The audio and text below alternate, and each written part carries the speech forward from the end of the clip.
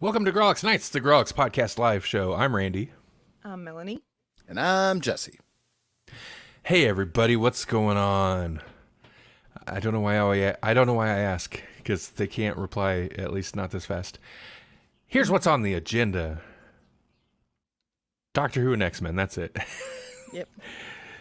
We got 2 new episodes of Doctor Who to talk about, and we finished X-Men 97 Season 1.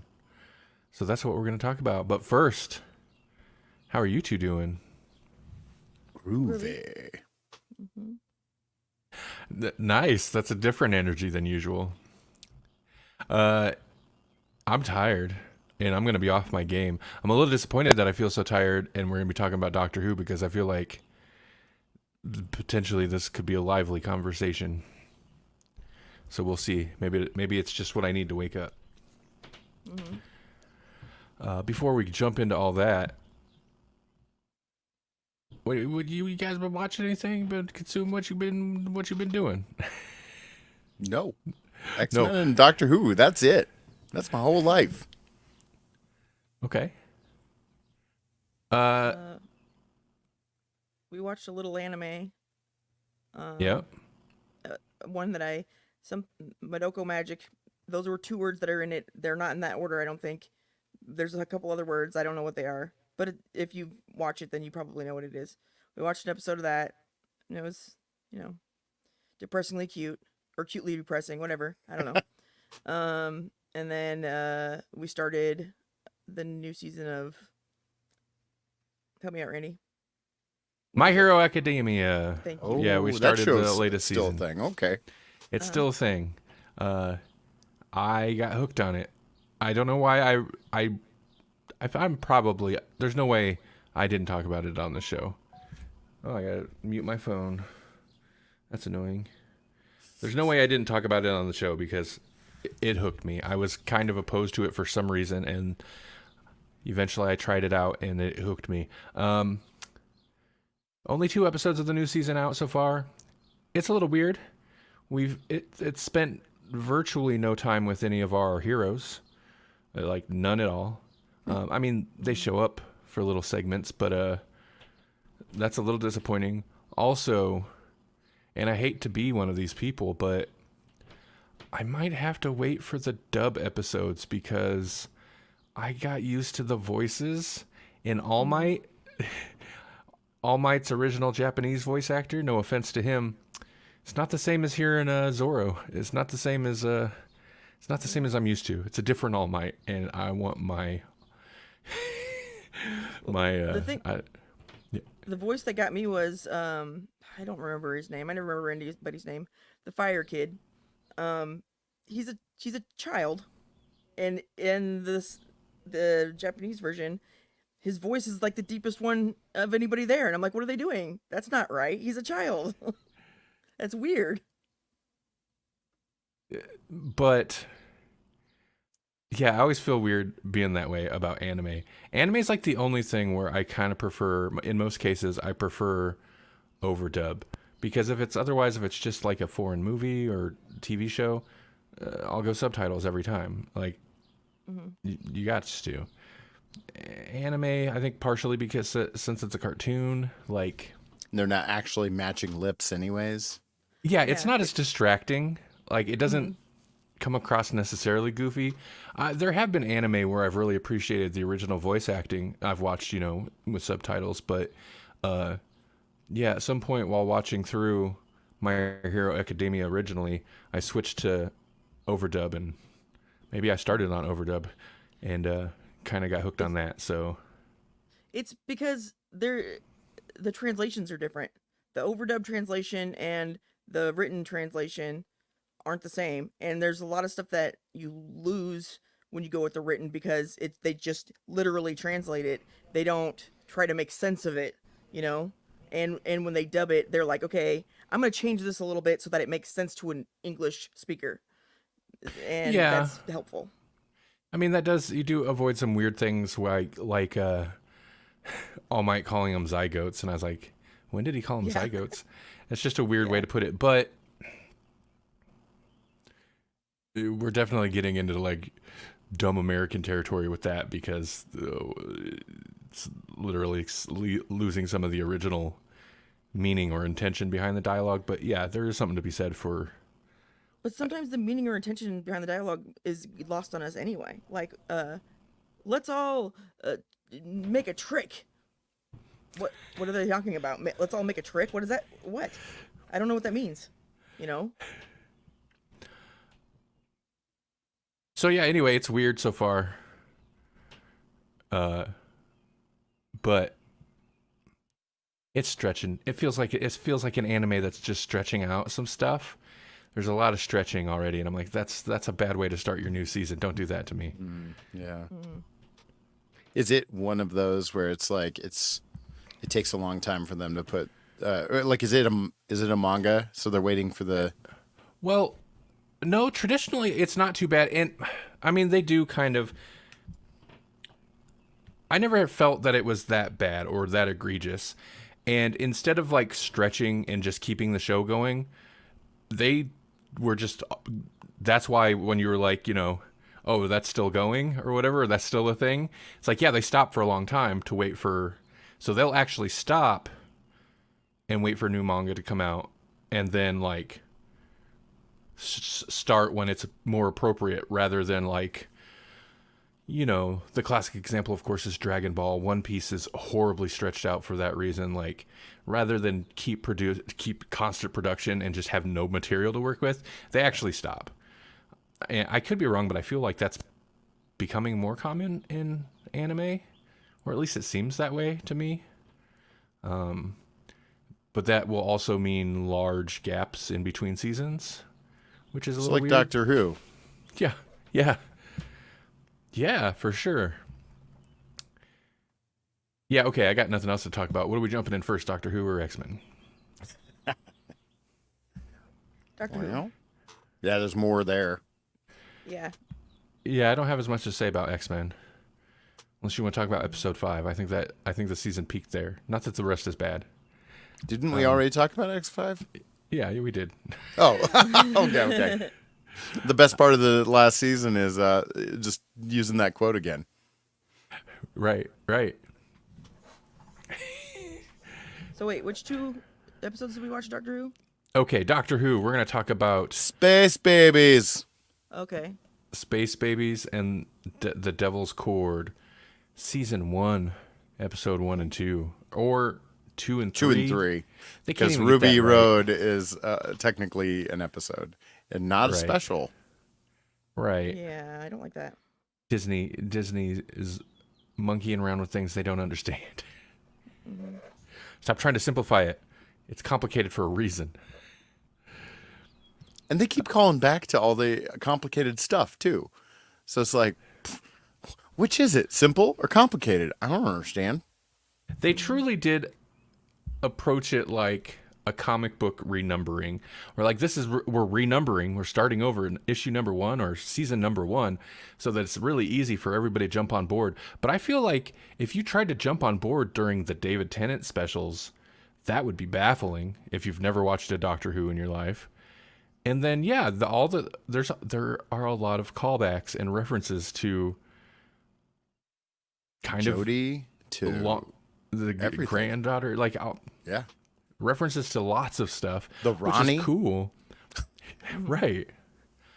But it's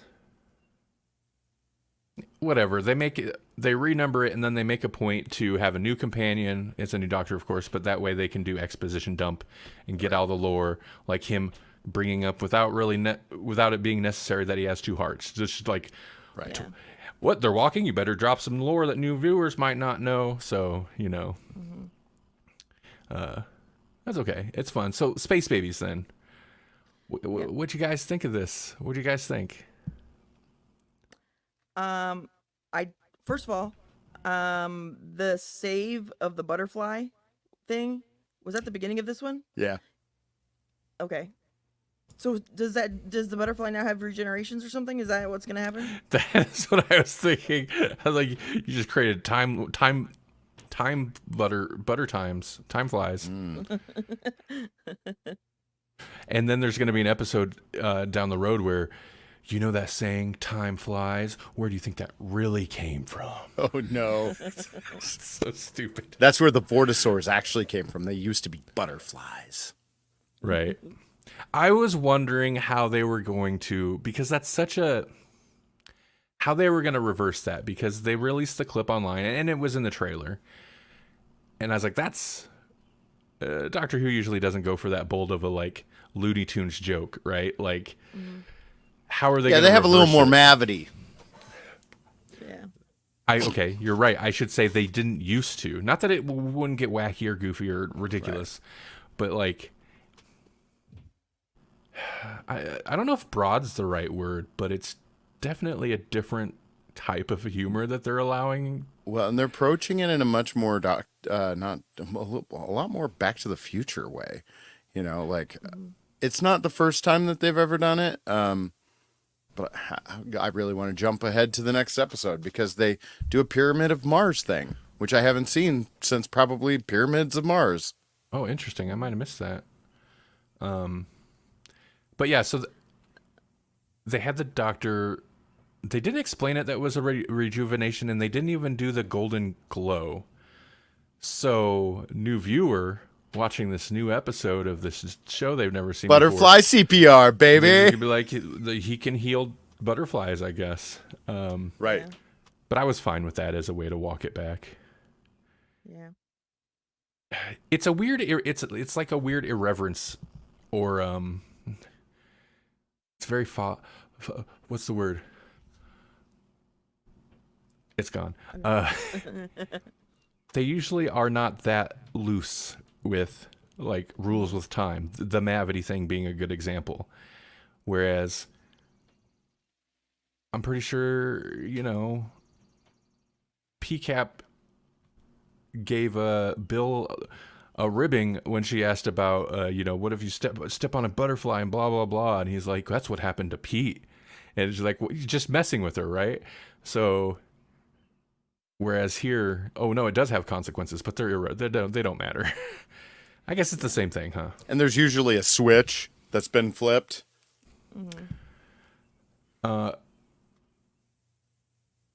So space babies. So yeah, I don't like when they make babies' mouths moves in any show or movie that I've seen it happen in. A lot I of don't like it. uncanny, It's stupid. uncanny valley in this, you know. It's like Mhm. I can buy dinosaurs on a spaceship, but babies that talk is a little weird. I think go ahead. They can't talk because their vocal cords and their mouths aren't grown to a size that allows them to make the same sounds that adults make. That's why babies don't talk. Sorry. Now, get your science. What do you think this is? A science fiction show? Get your science out of here. We're talking about pure fantasy. Space babies. It's space babies. It's gonna get memed on so hard. It's gonna go viral on TikTok. You know it is. Right. That's okay. I will say we're starting off on a weird note, a weird tone here, but It's a weird idea. Space babies. I had the same feeling with the church on Ruby Road, and each of these 3 episodes have reinforced that feeling of like they're just really trying to nail some type of viral moment that'll blow up on social media. Yeah. And Space Babies seems like the most pandering attempt at that, where it's like people love it when babies talk. Yeah, in the 90s for commercials, but like nobody cares about that anymore. Also, Look who's talking now. Who? Look who's talking. Doctor Who's talking? Look Yeah. who talk. Has anybody done that riff yet? I wonder. They had to have. We just did. We did. It was us. We did it. I have so Eat many your heart out, questions, too. Travolta. I have so many questions too about these babies. Like, so are they never going to age, or are they always going to age slow, or what's happening with that? And who programmed those awesome little, what are they called, strollers to do like everything? That's amazing. Okay, I will say but I'm not going to be too concerned about spoilers, so we're going to do spoilers. I'm going to say they're never going to age because they're on a ship that's not meant to fly, rocketing towards a planet, and the Doctor's just jetting out. So they're going to die soon. Oh yeah. Let her rip. that RTD has also said, and I feel like this is, on one hand, it's like, okay, he doesn't take it too seriously. On the other hand, it's like, this is maybe not a good attitude to have. I think he's super stoked to have this huge Disney money injection because he can do crazy stuff with CGI. But he also has said, like, I think he's even said, like, this, the space babies, the babies talking, it doesn't look super convincing, but he's not worried about it. It's not the point. And I'm like, that's scary. That means we're in for a lot of questionable CGI. Right. Yeah. We're gonna have cats in New York again. Right. Well, as long as it's, they're basically slapping you in the face with some political commentary. Right. Right. Okay, let's get into the meat of this. Let's do some goods and bads. Speaking of slapping you in the face with political commentary, it's very on the nose, but it's not Chris Chibnall ham-fisted, just look dead in the camera and be like, the monsters are human or whatever. The monsters are you. Yeah. And I liked it. I liked the fact it's just a little jab. It's quick. Wait, It's nobody there. takes care of the babies once they're forced to be born? It's a weird planet. Right. As soon as it was like, wait, they can't turn off the baby machine, but they don't have. Yeah, I was like, oh, okay. Wait, and okay. refugees have to get there? We can't help them otherwise? I really liked. See, here's the thing though. I liked it. I really liked that. I liked that bit about how the planet's open to refugees and it's friendly.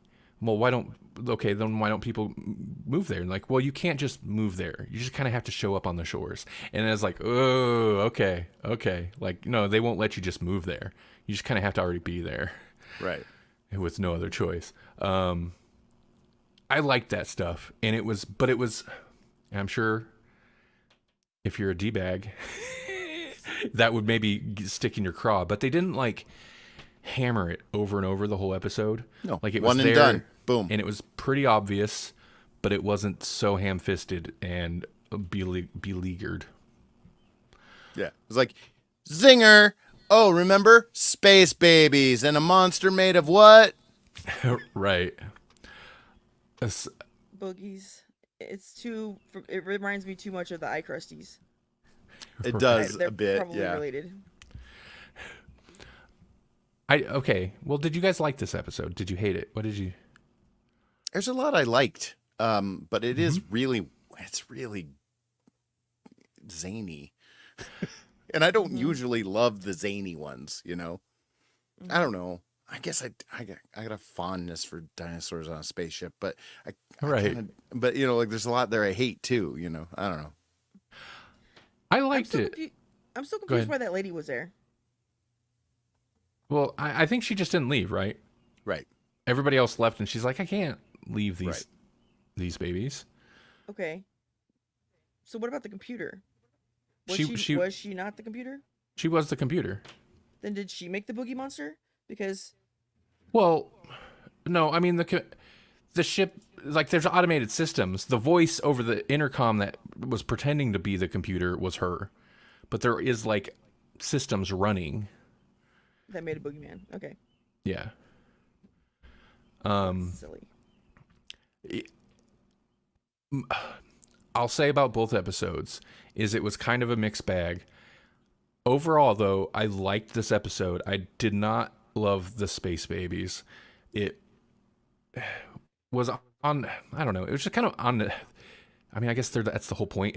The episode's called Space Babies, but it was unnecessary, whatever. The adventure itself wasn't super memorable, but, oh yeah. Jump in, Jasper. But I think it would have been better if the babies were more adult seeming, like they cussed almost, maybe not really, but like fake cussing. We're just like kind of mean little buttholes, but then they'd like cry and want you to hold them, stuff like that. That would have made it a little bit better. It was too clean for me. You're right. There's a weird issue where they are clearly kind of smart, but at the same time, yeah. But at the same time, it's played as like having kind of still the same sensibility and mentality as a baby, and not really being able to do things, but they can do things. Yeah, like Even if they claim they use don't know what they're flamethrowers. doing, they use flamethrowers. They're flying a spaceship. Or, well, they weren't. What were they doing on that bridge? They're pulling They were that doing string something. and then this string, but really hard. Um, Yeah. I guess the main takeaways for me from this episode is, well, the snot monster was okay.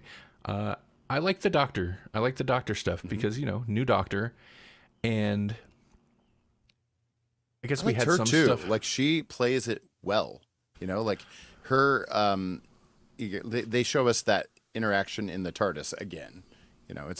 It's kind of a nice way to call back. It was a good way to reset the episode, even though it's exactly what we saw in the end of the first special.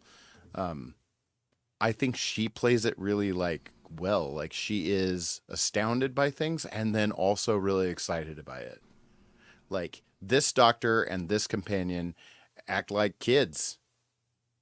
Right. Along those lines, I do like their dynamic. Melanie said she thought they were too quippy with each other. Well, not just.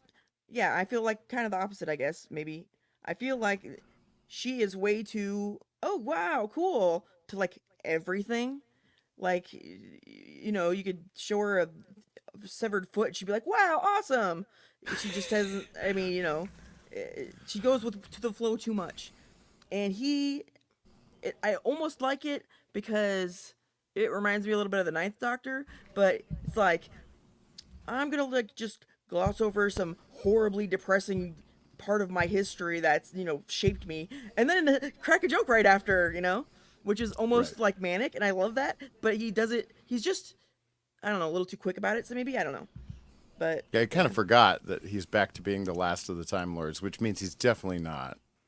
yeah. Right, right. I think she's okay, but she still hasn't like. I like their dynamic. I like their quippiness and their quick back and forthness.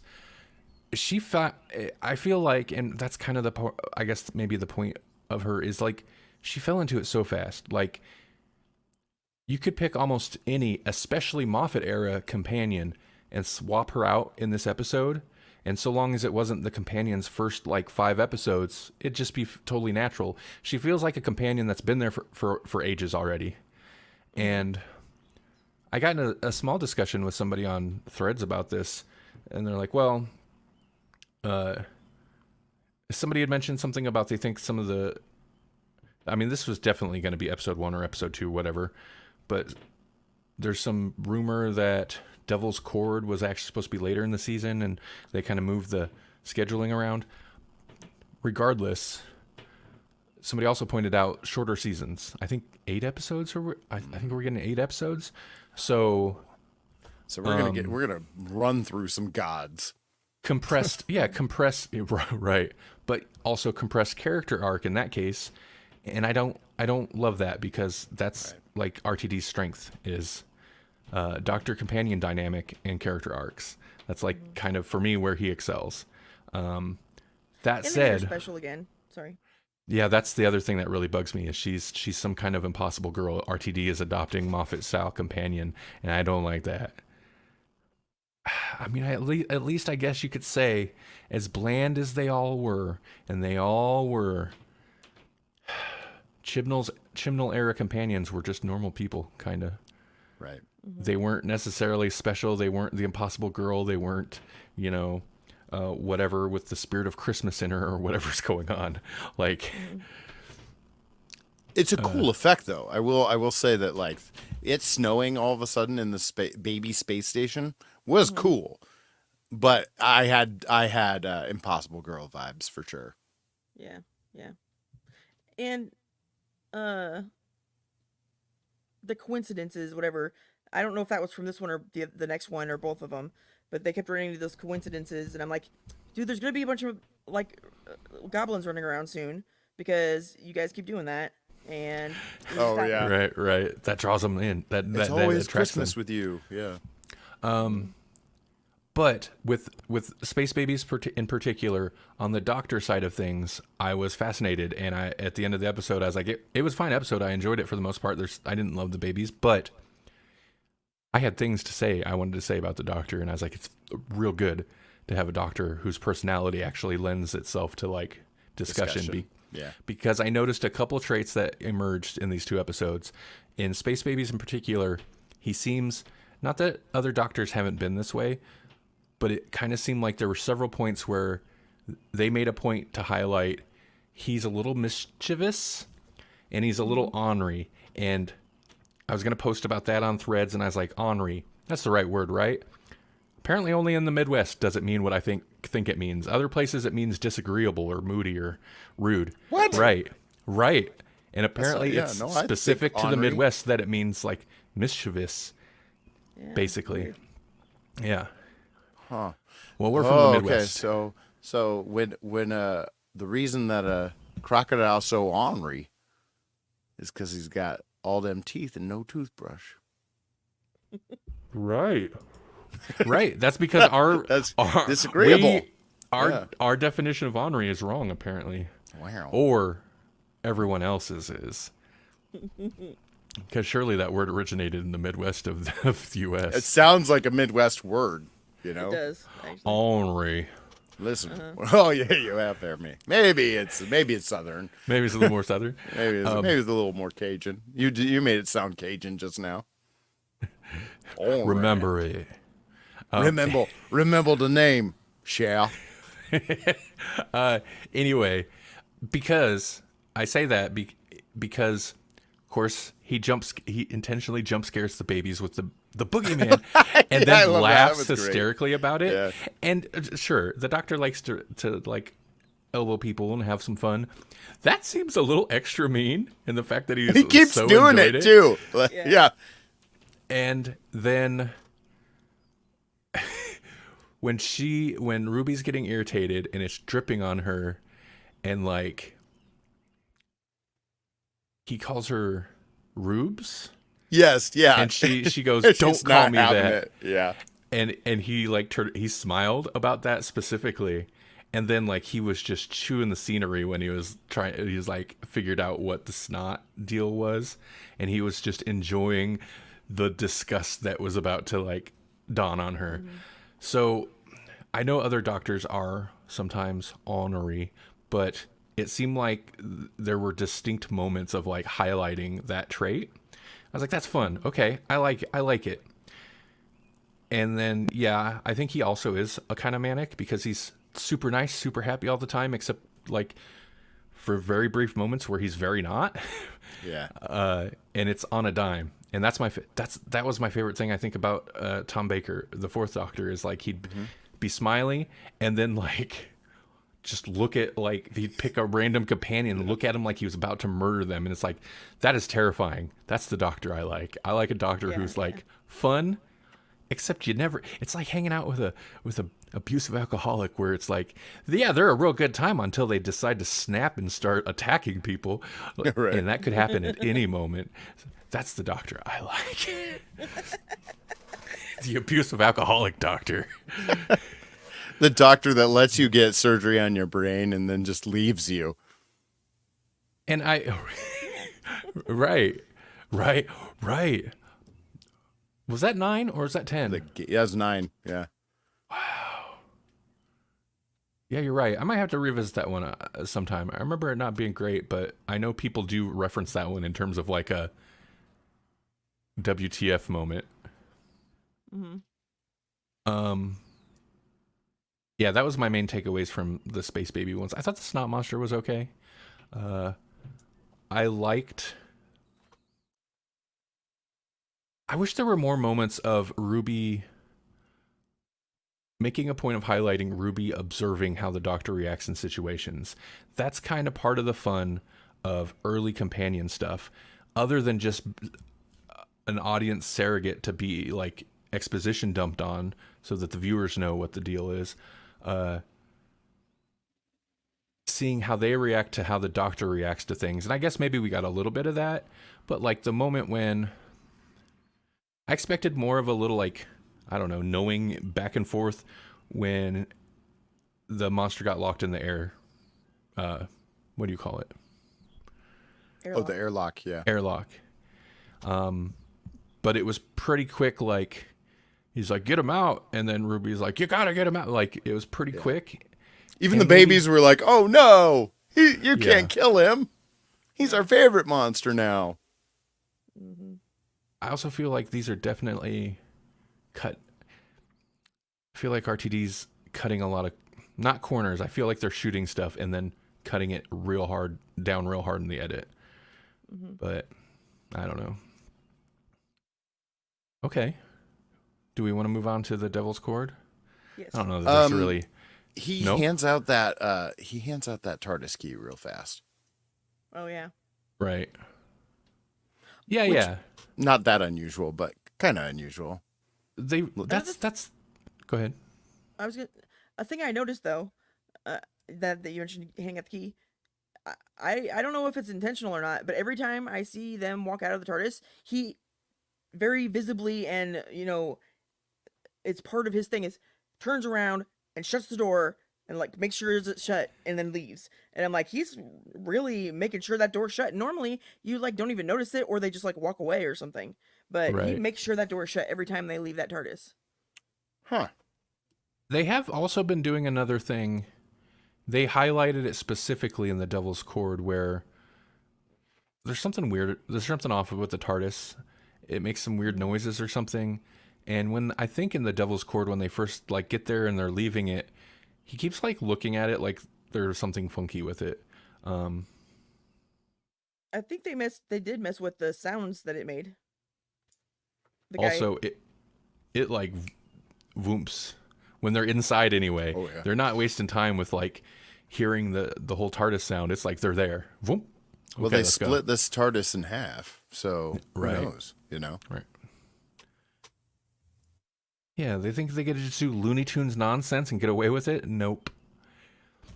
I will forgive some of the Looney Tunes nonsense if down later in the season it becomes a problem that it existed in the first place, that there was Looney Tunes nonsense.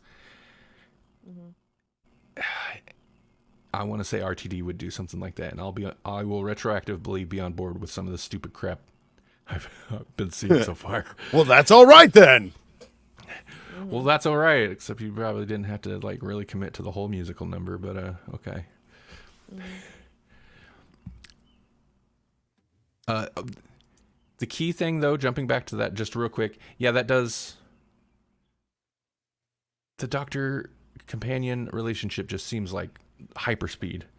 There's like, let's just get into it. There's no time. It's like, oh, there could be time. You could take some time. Yeah, I mean, you could put that at any episode. It doesn't have to be like the first episode that she does. I thought it was an okay episode as far as that goes. Like, it had shades of what did they call it? Not even New Earth, but like the very first Rose episode. Where where they're out on the spaceship.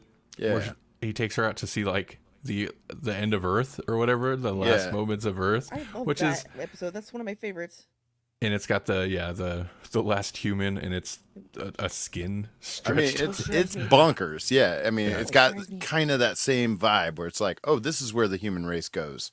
They make baby farms. No, I did have that same. You're right though. Like first proper adventure, other than the usual like run across you in the middle of an adventure, and now you're my companion thing. Wham, bam! Here's your phone. Spaceship Yeah. out in space, good chance for exposition dumps and all that. The Phone, cell you're phone right. The phone right away. It doesn't make as much sense when they have it set up where whatever you do affects the future or whatever, because like, yeah, he gave her that phone to talk to her mom, but if they go back to her time and everything's destroyed, then what good does it do to have that cell phone? You know what I mean? That's what I was thinking with in Devil's Court. I'm like, pull out your phone. I just want to know what happens. Try calling your mom now. Is it still okay? Yeah. Yeah. And questioning the logic of time travel, especially in the context of Doctor Who, is it's asinine. It's a Right. fruitless endeavor. Well, But because it's already a paradox because she yeah, exists and she has all of her knowledge from her timeline, but also that's where I meant.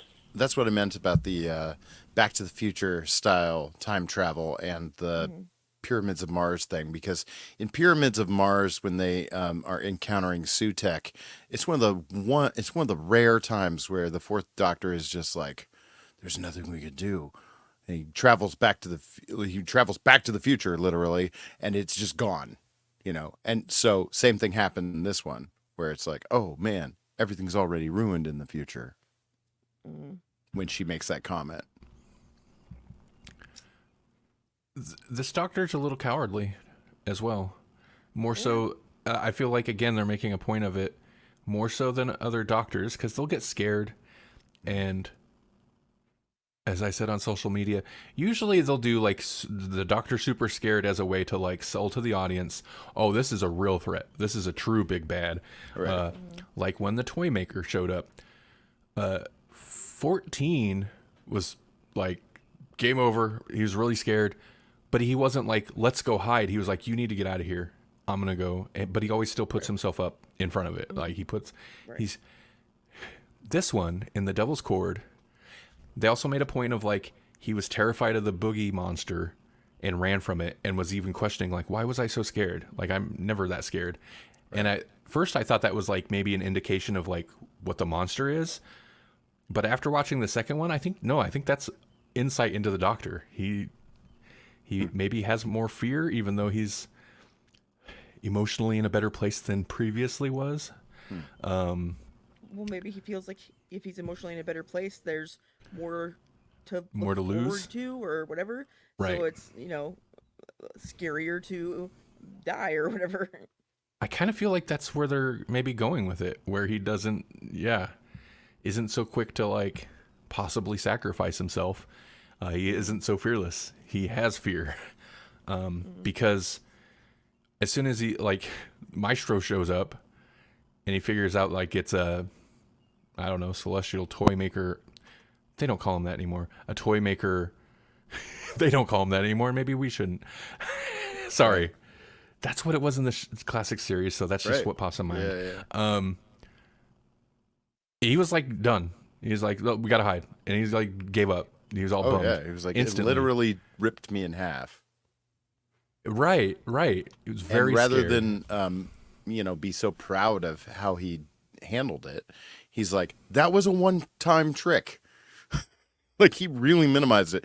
This Doctor has some imposter syndrome. Oh yeah, yeah. That's super interesting. Yes. So that's been my big takeaways. There's interesting traits going on with the Doctor. And I hate to minimize Jodie Whittaker's Doctor. It's not her fault. I think it's the writing. There was like nothing to ever grab onto with her. Like there were no like Mm-hmm. defining traits. She was just very like middle of the road, kind of friendly, Mm-hmm. sometimes moody, but it didn't really ever get pushed one way or the other too far. She was a basic white doctor. Yeah. Right. But so far, it was 3 episodes in, and there's a bunch of super interesting traits about this Doctor that I'm very curious to see how they play out. What do you guys think of the episode itself? I wasn't very fond of it. Um, the idea behind it is weird in the first place, and then the way that they turned it into, I didn't get it. You're stealing somebody's songs or music or whatever. So what is that? So then nobody else can play music, or they're scared to play music, or is it just they're scared to play music because they know that that guy exists, but nobody talks about it? Because that's really weird. Um, and and then that destroys everything. That doesn't make any sense. I mean, music is important. You have to have rhythm, or you want to track the worm or whatever. But still, it's not. It, it doesn't seem to me like you could steal music in the first place. And if you could, it didn't seem like people would act all weird about it the way that they were. They just wouldn't recognize that tone or note or chord or whatever it is that he supposedly stole. And if they couldn't hear it, then then they wouldn't really be affected by it, I don't think. But they were. So obviously it's some of their weird crap that I just don't understand. And they made it musical at the end. Right. I think okay. So with I appreciate that they're trying to do like weird conceptual stuff, but the concept doesn't. It kind of breaks down. It doesn't make a lot of sense to me. So if he's stealing the music from people's hearts and basically robbing the world of music, there As would an have analog never for joy. right. There wouldn't be Beatles. They wouldn't go back and it seemed like the way everyone reacted to music until they heard some good music. Why would anyone ever make it? Everyone seemed disgusted or embarrassed by it. I don't think they would go back and find the Beatles making terrible songs about their dogs. I just don't think they'd find a Beatles. It doesn't make sense. Yeah. Because that wasn't like, the first section was 1920s or 30s or something. Right. And it wasn't like a year or two later. It was like decades later when they jumped back to 63. And then decades still when they jump forward and like the world's destroyed. And it's like, well, that middle point doesn't seem like an appropriate middle point. Yeah.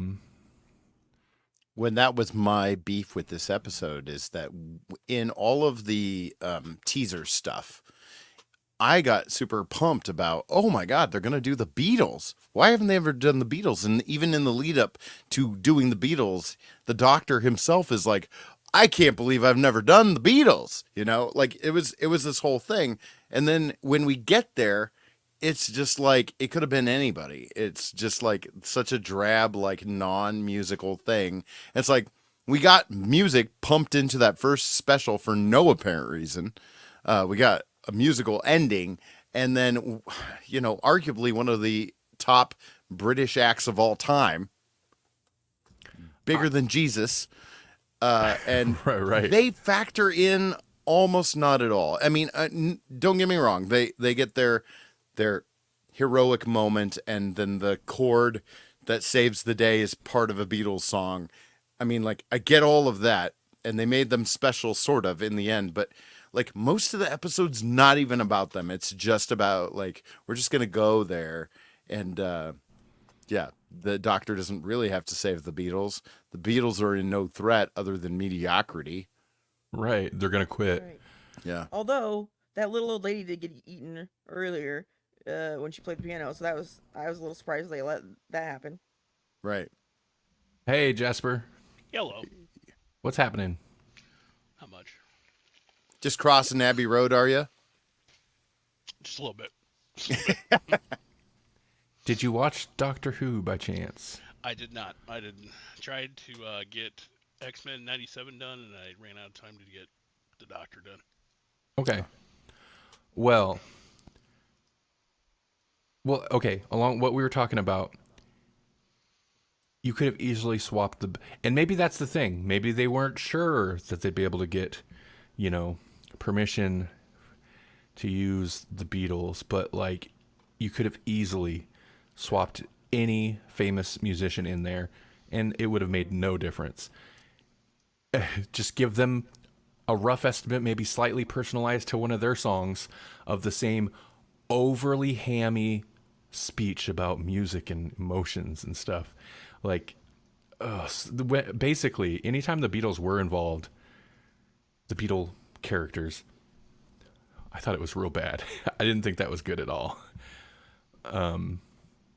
Yeah. Like, this was one of the worst historicals Right. I've seen in a long time, and we had witches in the Shakespeare episode. So, And that have they never heard that "Devil Goes Down to Georgia's" song?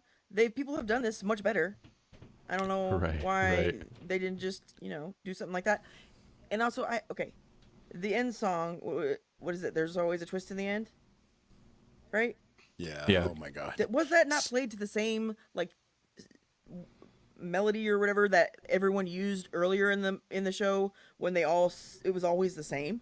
Because I feel like it was, and I didn't know if that meant that they actually lost. Is that the point of it? I I don't. don't know.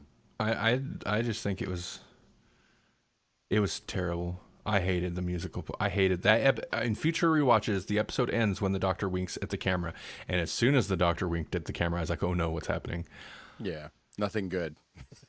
And it's not just that it's a musical number out of nowhere for no reason. It's unnecessary because it is. The song was also real kind of not great either. It was just real generic and not very good. It's a clip, isn't it? It's going to be another like YouTube clip that you can just Yeah. watch on Yeah. in and of itself, right? No, Space Babies is a clip. The Singing Goblin song is a clip. The musical number from Devil's Chord is a clip. Half of Devil's Chord, and I didn't hate this episode, by the way. Well, I'll eventually get around to the things I liked.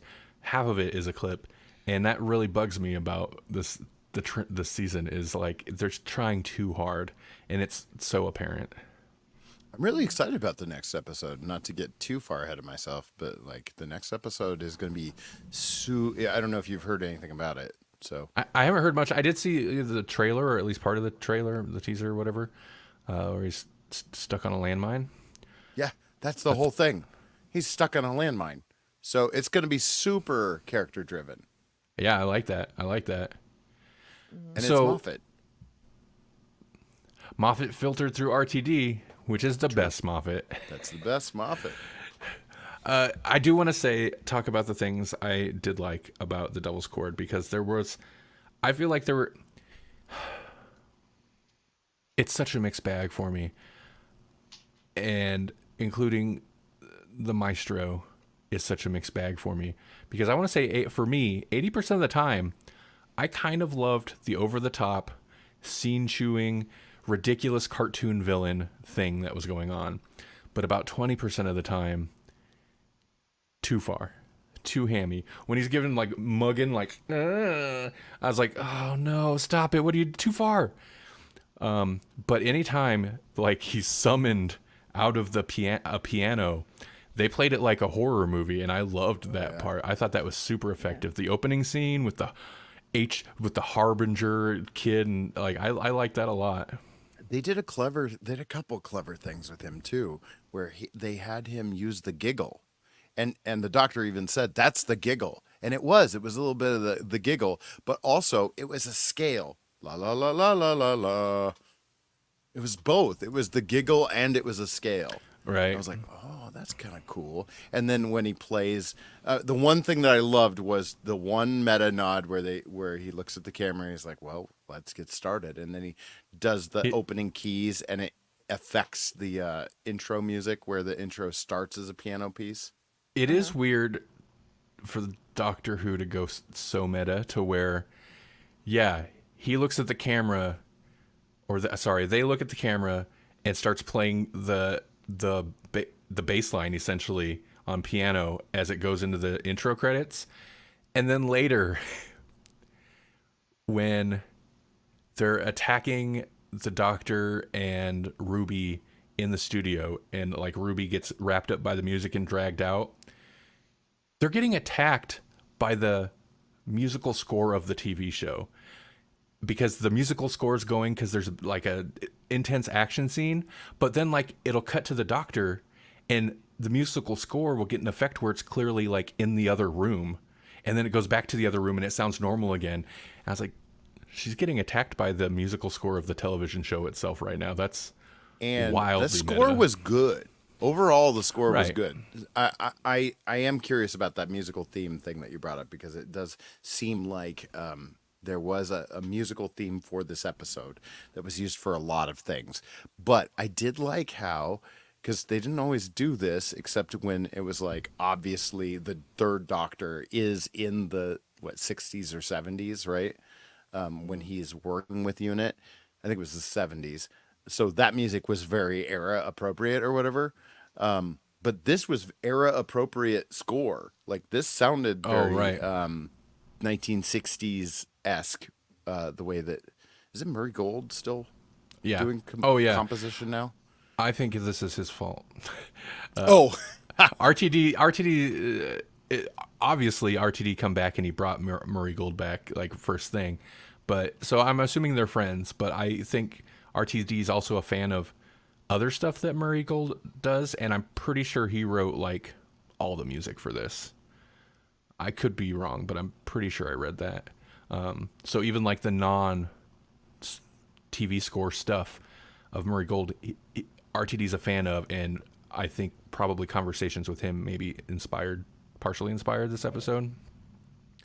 It's his fault. Well, dang it. Guess all that glitters isn't gold. Despite the Doctor hiding, which is weird. I didn't hate it. Like I said, that's an interesting trait. But the scene where he uses the sonic to like negate all sound, I thought was awesome. Like I thought there were some cool tense sequences in this. And for the most part, I didn't hate the maestro, but then I did not enjoy the climax at all. The whole climax of the thing. I did like music where he just says music battle. I like that. But then like the music battle itself was like, no, okay. It's fine, I guess. Yeah. A little weird how the piano got whipped out into the hallway, but it needed to for plot reasons. All right. Is there anything else? Not really. We dogged on this a lot because there's some high highs And some low lows, yeah. some mid mids and some low lows. Yeah. There was a lot of trouble with this episode, but there was some good base there. There was a good base to build off of. That musical number hit me so wrong because I was like, okay, this is fine, and then it like.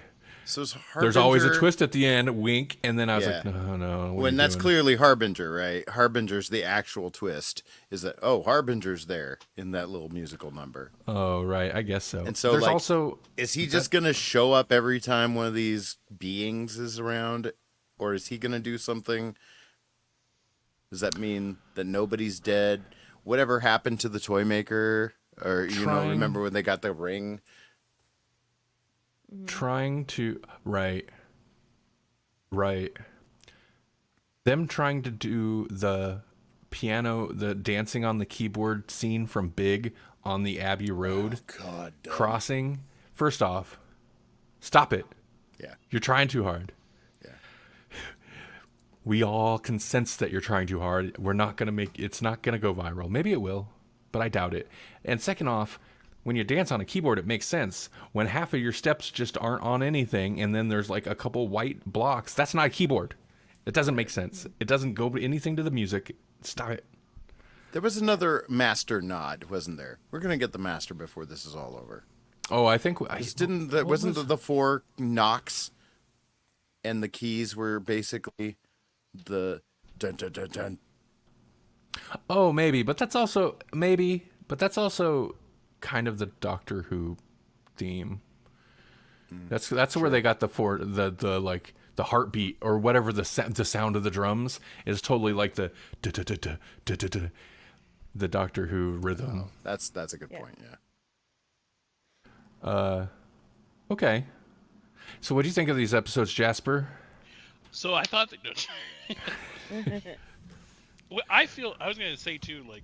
It feels like a lot of shows, especially probably Disney, are going to like musical numbers. Oh man, I don't get it. I think the people making the shows like musicals, and that's fine. They can like musicals, and there can be musical shows. It just seems like such a weird thing to try to twist Doctor Who into, and I think Doctor Who can work in pretty much any genre. It's just like, but musical doesn't make sense to me. I guess at least in a way, they kind of did it in a Buffy way, where they provided a reason, even if like they're literally just magic powers at this point, which is kind of a lot. But at least I guess there's some reason for it, although there's technically no reason for the musical number. Right. But it just happened, I guess. Sure. Don't you hate when that happens? It just happened. I'm sorry. You know what? I have to rethink this. You know what didn't have a musical number, I don't think? It could have. It had musical scenes.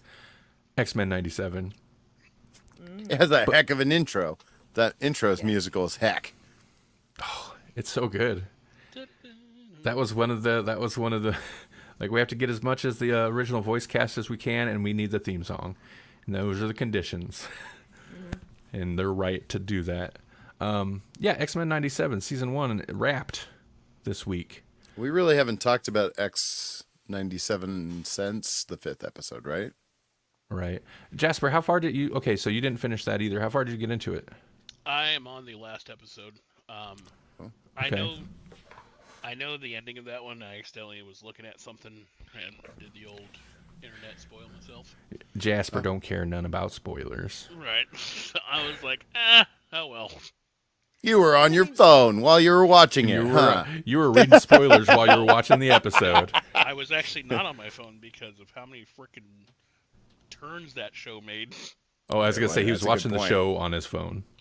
On his effing Oh, phone. David Lynch. I actually have not watched anything on my phone since that comment you told me about that one. I forgot the director. David Lynch, really? Yeah. That got you to stop watching stuff on your phone? Yeah, That's funny. I was like, he's right. He's right. Oh, man, that's so funny. Well, you need to get word to him that, like, you know what? That changed someone's It's like, opinion. It changed my life. I tried to watch a TV show one time on my phone. I'm like, this ain't right. I just put it down and watched it on my computer.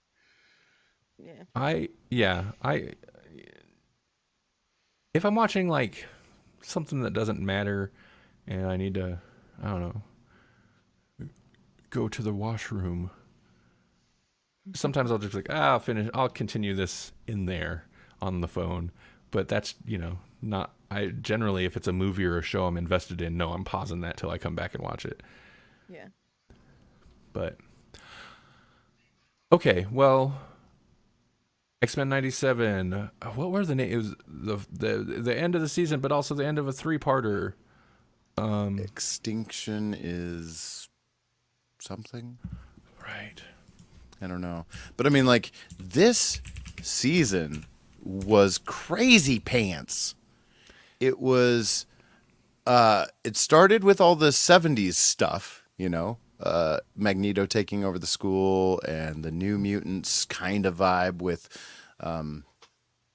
Roberto Acosta, Sunspot, that whole deal. And then, so it was doing all these 70s storylines, and then boom, hitting us with a bunch of 90s stuff just out of nowhere, like, and Genosha, that was old too. At least one version of Genosha was old. Right. And then they hit us with like the Executioner, which was peak 90s in the comics. Mm-hmm. And then boom, we're in Bastion. Zero Tolerance was like late 90s, early aughts when they started doing the Prime Sentinel thing. Mm-hmm. And then they hit us with Fatal Attractions at the end with was basically what do they call it? Not Avalon, but Asteroid M. Mm-hmm. Where Magneto is like gonna create his own asteroid that just lives above the Earth. And for a while there, it was just like, nope, we're leaving. Chris Tucker of it all. Yeah. Yeah, I'm not super familiar with all the storylines, but I do know, and even just watching, I could recognize, like, oh, they're just, like, ripping through a bunch of stuff, which is a really weird decision, because it feels like any one of those storylines they could, like, kind of slow down and focus on. They could have milked them easily. And they just ripped through a ton of stuff. Extinction is... Tolerance is extinction. Okay. Ooh, which is a phrase right there. Extinction Agenda was also a storyline, but I can't remember what era. it's really interesting because episode 5 really is a tipping point because like stuff was progressing up to that point, but it was, I don't know, you'd get that like mostly a Jubilee just messing around in Right. you got that episode just before the big episode dropped, in the little life death little two-parter spread between a couple episodes, but then episode 5, and then it's just like, let's rip through a whole bunch of things. Off to the races. Bastion's he's gonna be changing outfits between every scene he's in. Like he's constantly evolving his That appearance. beard got pointier and longer and weirder. Like, man, oh man, that haircut. I think maybe that's why I feel like I don't have a ton to say about the last stuff. If I had more like Jesse knowledge of those X-Men plot lines, I might have more to say about it, but like there's just so much in it, it's hard to grab onto any specific thing.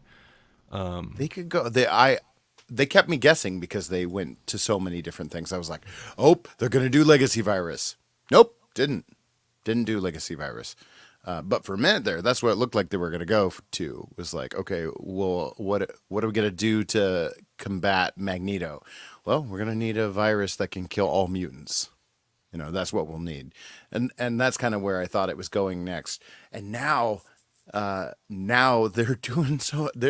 They are not afraid to get weird. Let me just tell you, because those end of season cliffhangers, like what happens at the very end, and I'm sure we'll cycle back to it because I'm sure we have more to say about the middle, but there's some really niche and not even popular miniseries that they're referencing in where they end up. Well, as someone who has never read a single X-Men comic book to my knowledge, I had no clue what was going on most of the time. Especially who the bad guy was toward getting, not the last episode, but getting there. I'm like, okay, there's like 4 people that are the bad guy. Which one is the actual bad guy? I don't know what's Right. happening. I do feel like it flowed fairly well up to the end where it was like, is it Sinister? No, it's not Sinister. Is it this guy? Is it that guy? Is it Nimrod? Is it Bastion? It's this guy. Like, it does get a little bit jumbled, even to where it's like Professor X shows up and we're right back to the original Professor X versus Magneto argument, and it's like, oh, so kind of feel like there was not. I know the point of the whole Genosha thing is that like any progress in that direction that Magneto was going to be making would have been reversed by that, but it was just like instantly flipped, and we're back to like X-Men versus Magneto kind of, and then we had the Logan thing, and it was major. It was a major end point where Magneto's like, well, I'm doing it. I'm tearing the metal out of him. And then we get nothing from it on. Like it's just like, oh, he's messed up. He's alive, but he's messed up. He's just gonna lay there. I think maybe it was enjoyable. And at some point we'll let Jasper chime in on it. It was enjoyable, but maybe they try to go a little to cram too much in at the end. And At the very end. No, the second episode from the end, and maybe the third from the end. There's a lot of stuff that goes down there that like, it's like, okay, we're going down this whatever path, and then it's like, here's this whole other curveball. It's weird to do the Bastion thing and the like Asteroid M Magneto thing at the same time. To the point where it's like, and then the humans, the government. Oh yeah, we're gonna shoot it down without thinking about the fact that we're gonna make an asteroid crash to the Earth. Yeah, exactly. That was my whole thing. I'm like, why would they ever do that? That's the dumbest thing they could possibly do. Even if they broke it up where it's at now, all of those impacting the earth would kick up so much ground that it would kill everybody anyway. You know, Three there's of nothing, the no scenario where they survive this. 3 of the 4 parties in this whole conflict were working towards the same goal. Yeah. They were all, for example, when Professor X shows up, I don't know, even if I was Scott Summers, I'd have been like, no, what? No, dude. Too little, too late. You showed up the worst possible time. You're done. We got nothing for you. But they showed up, and then the X-Men are picking sides. For the most part, I was like, at that point, I was like, yeah, no, Magneto, all the way.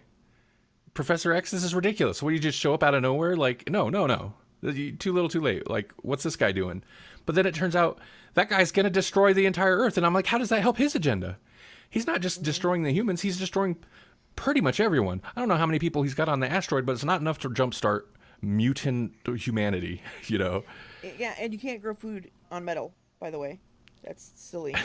So I was a little confused by You're an X-Men. I was a little confused by Magneto's like whole thing, because I was on board until it's like, oh wait, no, he's just gonna let the Earth die. Like, that doesn't. What's the point of that? That doesn't help. Yeah, no, a big EMP. I mean, I'm sorry for everybody that was in a plane or spaceship or has a pacemaker or was on life support. Sorry to all you guys, but in general, the Earth will be fine. But, Right. Yeah, I'm assuming it may be. I don't really understand exactly how he was killing the planet. Maybe he stopped the core from spinning and got rid of the magnetosphere. I'm assuming it must be what it was. In which case, yeah, people would die. But they would have started dying already. But anyway, I just don't understand the whole Magneto thing. Like, how was he killing the planet, and why? How is he alive? That's another thing. I kind of expected. They don't have to explain it because it doesn't matter. But I kind of expected something. You get the sense that since Bastion was behind it, and it seemed like, was it Bastion that kidnapped him? Somebody had him held hostage. Yeah, it was Bastion and Sinister. Okay, so I'm guessing they were able to do it, get him out of there or whatever. But a little weird. A little weird. Mm-hmm. A little messy. And then they did that whole like tease of will they, won't they do the onslaught thing? Like, will Xavier break Magneto's mind? Will he mind wipe Magneto? Like all that, because that's how the Asteroid M thing ended in the comics. And it was like, they kind of went there and they could easily turn that into an onslaught thing, but they also took a total left turn. I guess I can appreciate, and since I'm not super familiar with all the storylines, it wouldn't be an issue for me, but I guess I can appreciate them wanting to take elements or do nods to these, like, all these storylines, but not have it be 100% predictable by the Jessies, you know, by people who are familiar with all these. Because if it's clear you're following a specific storyline, it's going to be guessed. It's like everybody was trying to guess who, like, was responsible for Genosha after episode 5, because, like, the attack definitely looked like attack out of, was a specific Grant Morrison run or something where Genosha gets destroyed. I don't know, some specific. Yeah, that's another one. Yeah, there's a second Genosha attack where, Right. yeah, and that's the Grant Morrison run. Doing the show.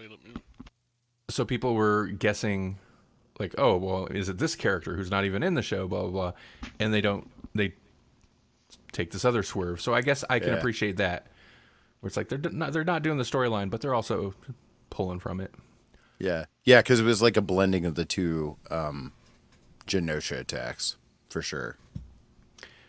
It is I know I mentioned it before because of some of the characters that were referenced or just showed up, especially in episode 5, but it is interesting the different decades of storylines and characters from, like, comics filtered through 90s style X-Men show. Like, it's very strange. Jasper, what do you think of the show? I don't think I've heard you talk much about it at all. So I've watched it in the last 2 days straight. Like the whole series so far? Yeah. Oh, Wow. man. like once I was like watching an episode, I was like, okay, I gotta watch the next one. Like, but I like the. I was gonna ask like the art style. I kind of like that it's like still that kind of '90s flair, but it's kind of modern. It almost kind of reminds me. I know it's weird connection, but like with the art, how Archer's kind of drawn. Oh yeah, it has especially when they zoom in on faces, like Yeah. Magneto's face. Yeah. The only thing I thought was kind of weird, it didn't like turn me off of it, but like the voice acting sometimes didn't seem like. I think the best word would be like fluid. But Yeah. Because a lot of them are the original '90s yeah, actors. so it's like So they're some of I don't them want to harp on that, but some of them you can tell they're getting up there in age. The voices are a little bit different, but also like yeah, some of them are like, oh, you probably kind of stuck with Saturday morning cartoons for a while, and that's like, It's got a cadence to it. Yeah. yeah. Sometimes they'll give a character like I don't know, like a rogue or something that's super dramatic, and it's like, oh, I don't know if that character's voice can really convey that very well, but that's okay. It's also like part of the embracing the old school camp and cheese of it. Like Wolverine, it's good, but it's delivered in such a way and written So in such a way campy where and it's so like, hammy. Yeah. yeah, Bubba. thanks, Dad. When he calls Cyclops, Dad's like, what? Right. Yeah. yeah, like when he would say like bub or something, like his bub would be like out of where he would normally say it. It would be kind of like that. It's like dun, dun, bub, and I'm like, okay, that didn't fit there. There was also a couple times I think I commented on it before, but more so, it was a couple of the voice actors at different times. Sometimes Beast, but particularly Professor X. It's like you could kind of hear a difference in microphone or tone, room tone, in the voice compared to like everyone else out in the scene, and that's not something I'm used to noticing in a, major studio produced animated thing. Yeah. Interesting. It felt like too, like it felt like their voices didn't like project, like when Xavier says "Come to me, my X-Men," it was like it felt like it was like "Come to me, my X-Men," not like it's like booming as I think it would be, you know. Mhm. But It's the only one who drove me nuts, and it's not because the voice acting was bad. In fact, I think he was one of the best I think he's one of the better of the bunch in terms of like retaining the qualities of the original Cyclops. And it's only because some of the lines he would give and the attitude, I'm like, Cyclops, this is why I don't like you. You're such a Yeah. nerd. He's such a nerd. And the voice actor just nails it. It's like that seems pitch perfect to what it used to be. Yeah. I Anyway, have a question. It's relevant but irrelevant, I guess it's too. Nightcrawler. Why doesn't somebody give that boy a star map? Oops, sorry, a star map. And then every time there's a bad guy, he can just grab him, drop him off by Saturn, and go home. And then it's over. Everything's done. maybe Jesse, you would know There's the a answer to this. I believe there's a limit to his teleportation. In fact, like there's another character who can teleport called Lila Cheney, but hers is the opposite of Kurt's. Kurt's is supposed to be like within a certain distance, and hers is the opposite. It's like it has to be massive distances. Oh, I thought it was like he had to be able to either could see it or he had seen it or something. I thought it was something like that. Yeah, you in the have to movies it visualize is. Yeah. it. Oh, okay. Well, there you go. See, never read a comic, so haha. Or that, it's been. What? Never read a comic. What else, Jasper? What else what other thoughts you got? I actually the big thing too is I didn't know in the storyline because I'm getting into the comics. I never knew Cable was Cyclops' son. I never knew that was a storyline, and that was like, I don't know why, but I remember watching the old X-Men and I never knew. I love that. Of course, I think the first time Cable showed up in the animated series, they didn't necessarily know yet, but when they brought him back as more proper, like his actual character, they knew. So I love that it was set up in the original series, and it was, and then never paid off till now. Right. Yeah, because that was one thing I never knew. I didn't know Cable was his one of the X-Men's kids, But And I'm glad they stuck with the Sinister tie, because that is the thing, is like Sinister has been involved in the Summers timeline and heritage, messing with it from the beginning, trying to come up with this super mutant that he could control and craft. The ultimate psychic nerd. that was the episode where I learned that show's not for kids.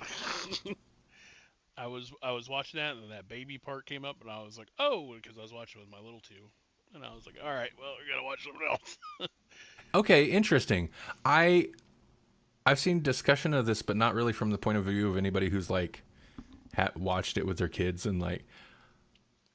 Yeah, I was curious because it does go more adult than obviously they could on the old show, especially at a certain Wolverine stabs people. Right. Oh yeah, he couldn't stab anybody before. So too much for the kiddos. I would say for like my younger ones, yes. My older three, like 11, 12, 13, that's a good show. I mean, I think they'd be lost as much as I was. Oh. But I think it's okay. The part I was like worried about with my little ones was that part, and the God, I forgot the bird's name, the owl. Oh yeah, Well, that thing was creepy. Yeah. Yeah, I was like, ooh, I can't watch that. But I thought that was a really good episode. Adversary. Yeah. Yeah, It was very Shadow King-esque. I don't Yeah. know what that thing was, but I kept thinking, oh, that's the Shadow King.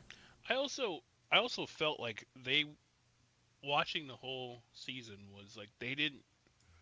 I felt like they wouldn't care if they killed anybody. Right. Like usually you're like you got these protected characters, and I was like everybody's gonna get it. That's kind of part Yeah. of it. Yeah, that's kind of part of it with. And maybe they kind of sold that earlier somehow, but with season 5 or episode 5, that's kind of the thing where it's like, oh, I'm actually. They didn't time reverse it.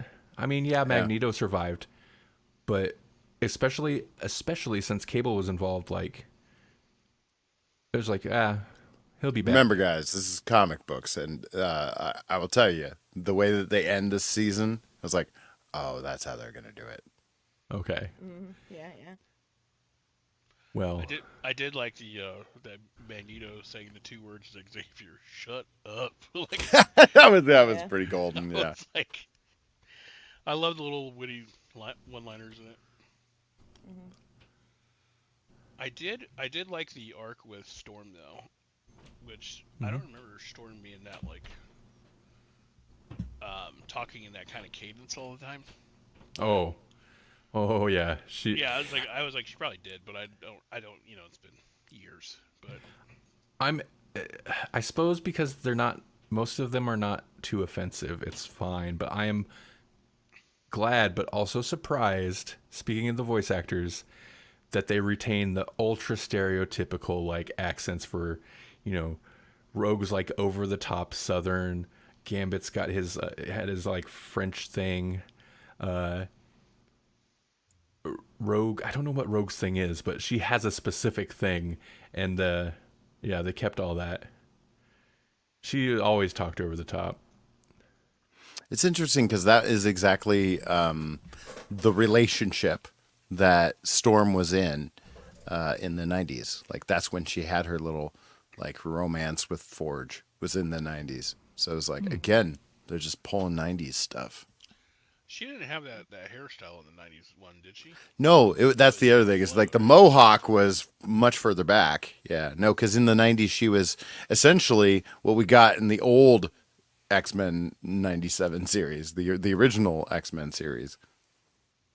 I know probably Randy though. Like, that intro made it for me. The whole I was like, yes. Because Yeah, you don't see every time we watched it. I kept getting irritated at Disney Plus. I was like, no, you don't put that message down there. We don't skip this intro. No. This intro plays every time. Yeah, because I was like, that made the whole.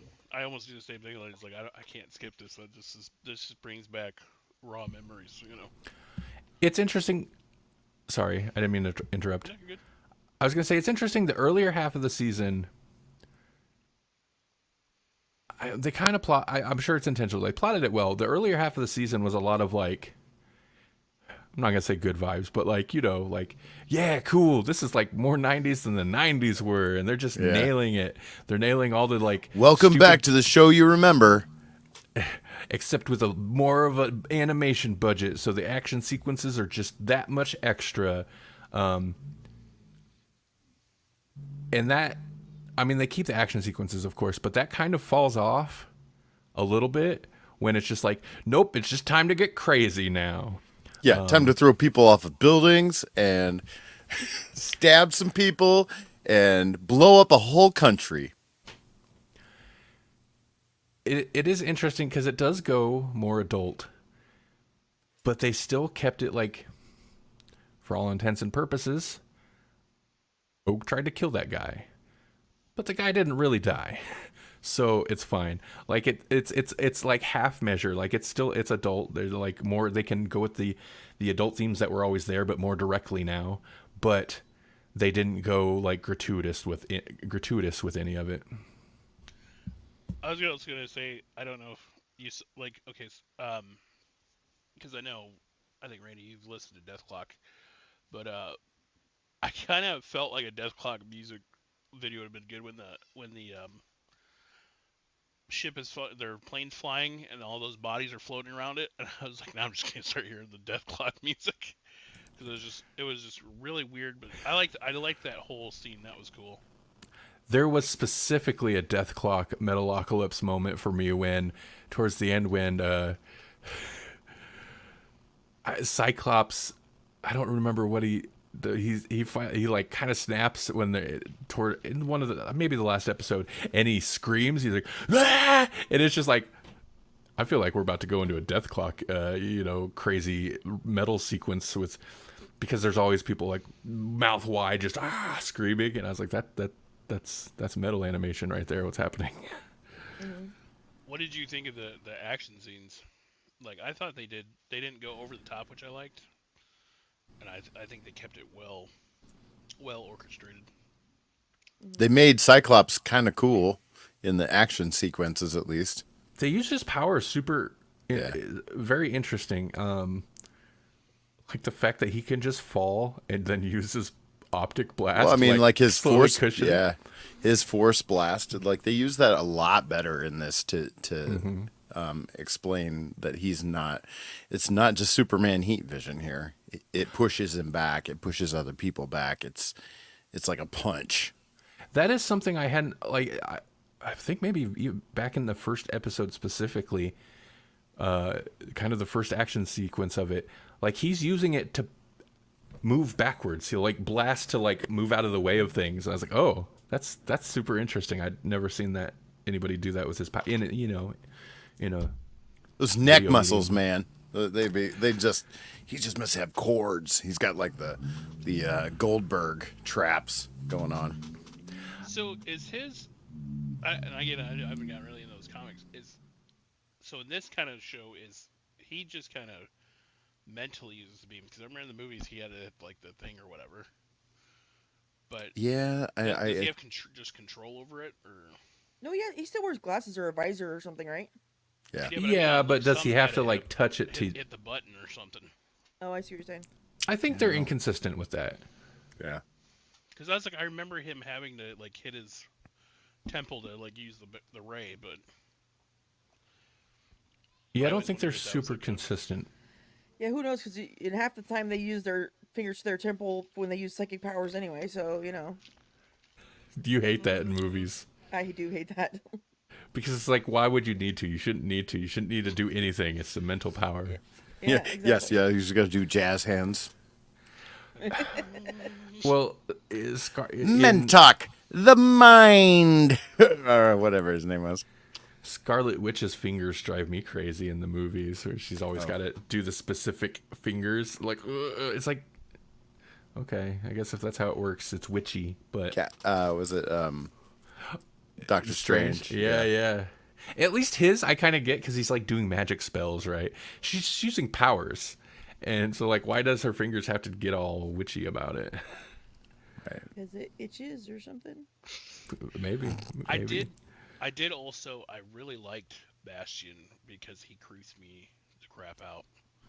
And I Yeah? Oh, thought, he's great in the comics when too. I he's, mean, like his whole shaving thing. Magneto, I was like, Oh, yeah. I kind of wish. That's where I think cramming so much in and rushing through some stuff kind of doesn't necessarily do the end of the season a lot of favors, because I kind of wish that we could have maybe explored his character a little bit more. Like, he converted his mom into one of those things, right? Like, and you know, they mentioned it, but like, what? Why would you do that? I was laughing at that part too because she's like doing like the breaking bones thing, and then they're just all standing there watching her do it. Yes, Like, they're she's like "I'll be with you in a exorcist, minute," you know? exorcist zombie kind of sentinels, man. Like that was a cool effect. What happened to him though? Did he get sucked into a black hole, or I don't understand what was happening at that point? I'm assuming it's something to do with like gravity or something, right? Basically, basically all the missiles went off. So who knows where he is? Oh, I thought it was that thing that exploded. Whatever was powering it. I thought it was like that when that broke, it sucked everything in. So I assumed it was like a black hole, not necessarily a black Oh, hole. yeah. But whatever. So I didn't really understand where he was, where it was sucking him to. Comics. He's probably in the future and in the past. Who knows? Yeah, I get you. And the Yeah, X-Men. That's the. I was wondering because they said this is a continuation of the '97 one. So were they just whirlwinding stories? Are those like tied, like closing gaps, or? Because like the most time I was watching, I felt like it was in a whirlwind. Like, Yeah. Oh. There were so many little I was things. like, what is going on? Executioner's Song was a big thing, and that's where they released the Legacy virus. But the Legacy virus was brought back from a future with an alternate version of Cable named Strife. Like there's all this bizarre stuff that happened in the 90s. And so now, like, what's interesting is where they left it off.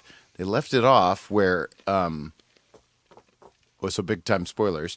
They left it off where Jean and Scott are in the future and they're meeting Nathan Summers as a child. And that happens in like a mini series that nobody really liked called Cyclops and Phoenix. And they were in the future.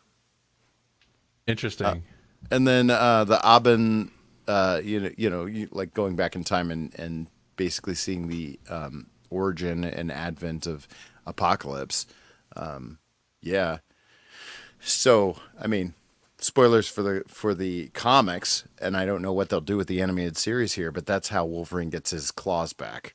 So it'll be interesting if they let him have no claws for a while, or if they turn him into, because he was the Horseman War, and that is how he got his adamantium put back into him, was that he became Apocalypse's Horseman War. And I think it was in that same run or a similar run where Gambit was Death.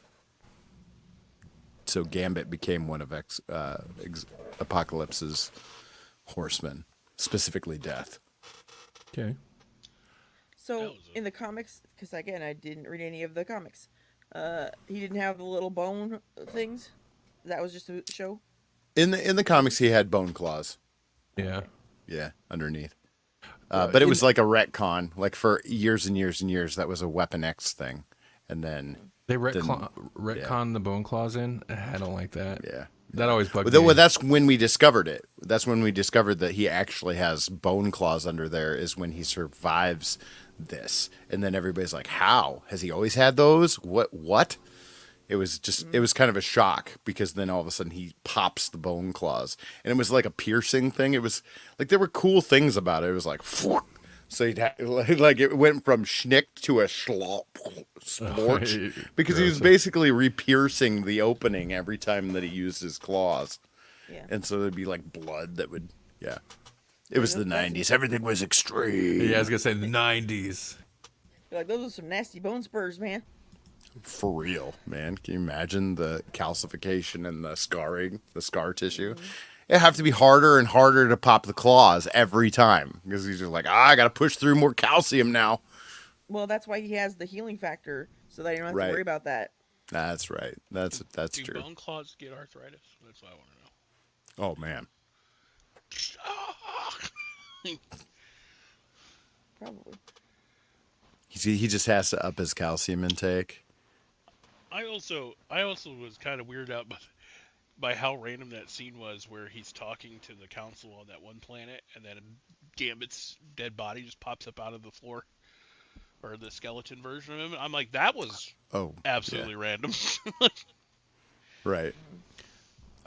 I'm bothered by Professor X's whole thing in this. Oh man, Everything about they it just bugs sped me. through the whole Shi'ar thing. It was like, oh yeah, the Shi'ar thing too.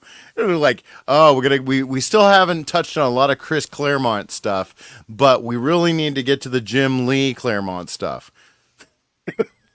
The original animated series would not speed through a whole bunch of stuff like that. They would we're doing Days of Future Past for 3 episodes or 2 episodes at least, they would commit like 2-3 parters to a storyline, or at least inspired by specific storylines, rather than a 3-parter inspired by 7 storylines.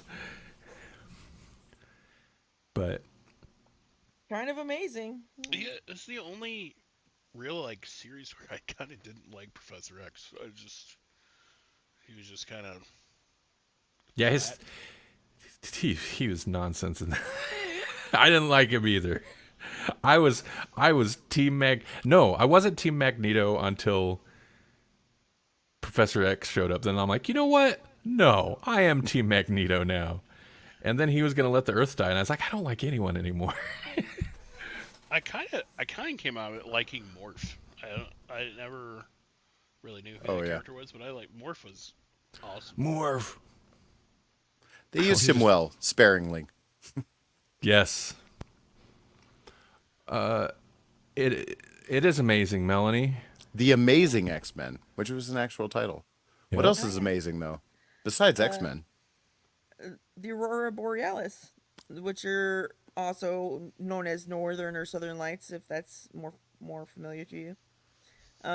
Which many of us got to see over last weekend for the first time. A lot of us. And the Aurora Borealis is like shimmering colors in the sky caused by solar winds hitting the magnetosphere. Normally, you only see them in the North or South poles because that's where the magnetosphere is the strongest. So then any solar winds will cause a reaction there. But right now, our sun is at its solar maximum, which is part of an 11-year cycle that it goes through. And so the solar maximum is when it's at its most active.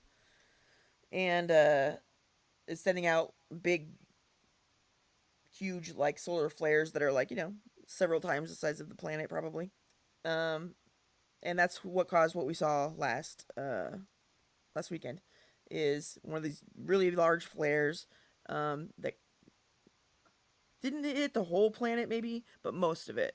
So most people could see it, which is great, and I loved it, and I hope that we get a lot more, which we might, because we don't actually know until after it's over when the solar maximum was, because the only way to really determine it is by finding the highest point after it starts dropping back down, But they assume from what they've seen going on that it's still going to be another couple months till we hit the maximum, so odds are we'll probably get another chance to see some more Aurora Borealis before it's over. So yay! We're gonna wish Magneto was around to turn back on magnetism or electricity or whatever. Magnosphere. Yeah. Yeah. Magnetosphere. Yeah, and it can be dangerous. It can knock out communications, and if you're on the space station, it could possibly kill you. Or if you're in a plane, it could knock the plane out of the air. But since we see the colors, we know that the magnetosphere is protecting us, and we won't die from solar radiation. So yay! Oh, that's good. Yep. Yay! And it's pretty. That is amazing. Isn't I it? didn't see it. I didn't see it either. No? No. Well, it's You kind have of to go hard. outside to see things. Not only outside, you have to leave the cities because even That I too. came out down here by the Boyer Chute and I could still see the light from Omaha, the light from Fort Calhoun, the light from Blair. You know, it's real hard to find a place without light blocking the sky unless you're way out there. I was regretting I was going to go to the drive-in again because the last time I was going to got canceled, and they were doing a Back to the Future triple feature, which would have been pretty fun anyway. And I was gonna go Friday, and I decided, nah, I'll stay home. I got to do I want to do the live show. I was regretting my decision super hard when I seen the drive-in posting pictures on Facebook of like, there's the screen, there's the movie, and it's just Aurora Borealis sky behind it. I'm like, that would have been the best time to go. And it's literally sky out there.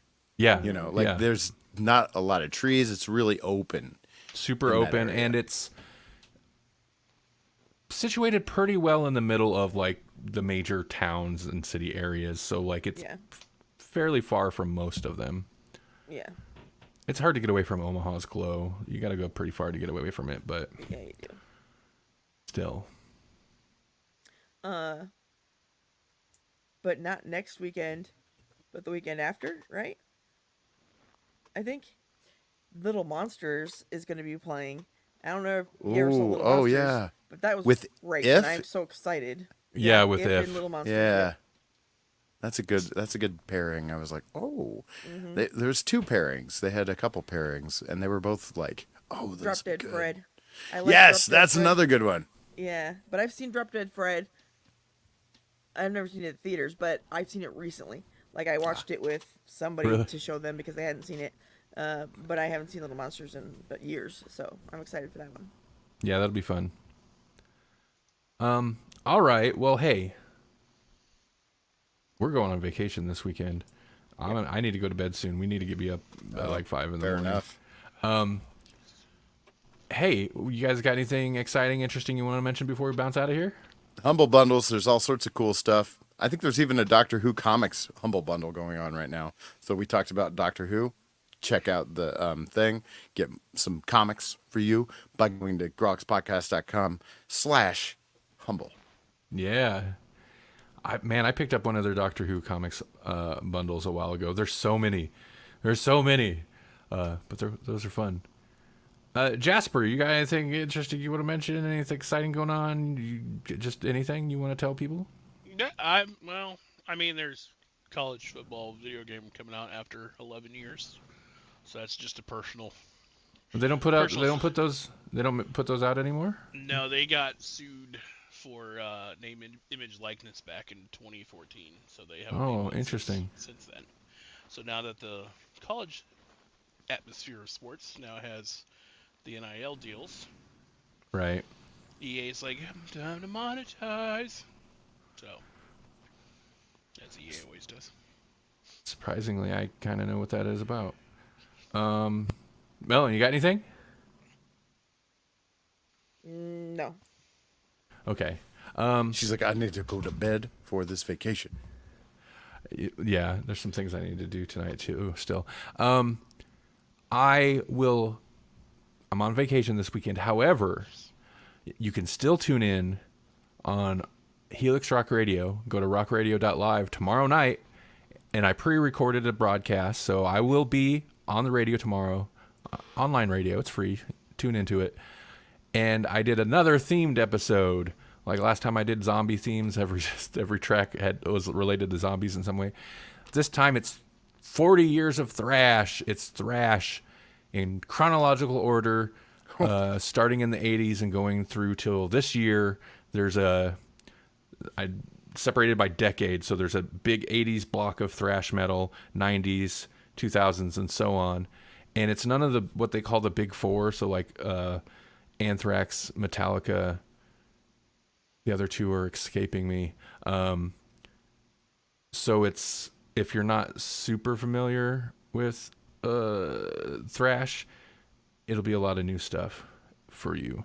But yeah, it's a good one. I'm excited about it. And that's all I got going on. They also So- have an app. They have an app for that. They do have an app. I don't think the Android app has came out. I don't know. He might have been having troubles with that, but you can get it on Apple. Just search Helix Rock Radio in the App Store, I guess. I'm not an Apple guy. Yeah, do that. And of course, go to Grawlixpodcast.com for more of this. Yeah, you know you want it. You know you want it. All right. Thanks, everybody. Have a great weekend. Bye.